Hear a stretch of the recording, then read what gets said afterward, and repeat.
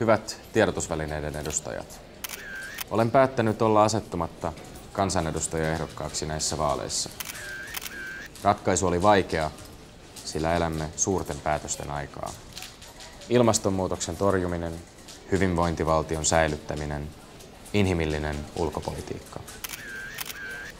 Näiden haasteiden voittamiseksi olisin eduskunnassa toiminut. Tukijoideni ei ole silti syytä menettää toivoa. Vaaleissa on ehdokas, josta tulee lähes yhtä hyvä kansanedustaja kuin minusta. Hän on mies, jota ihmisoikeuksien vastustajat eivät äänestä. Hän on Frank Johansson. Kommunisti-hippi, totaali-hinttari, salaatin halaaja. Oikeudenmukaisuus on valinta.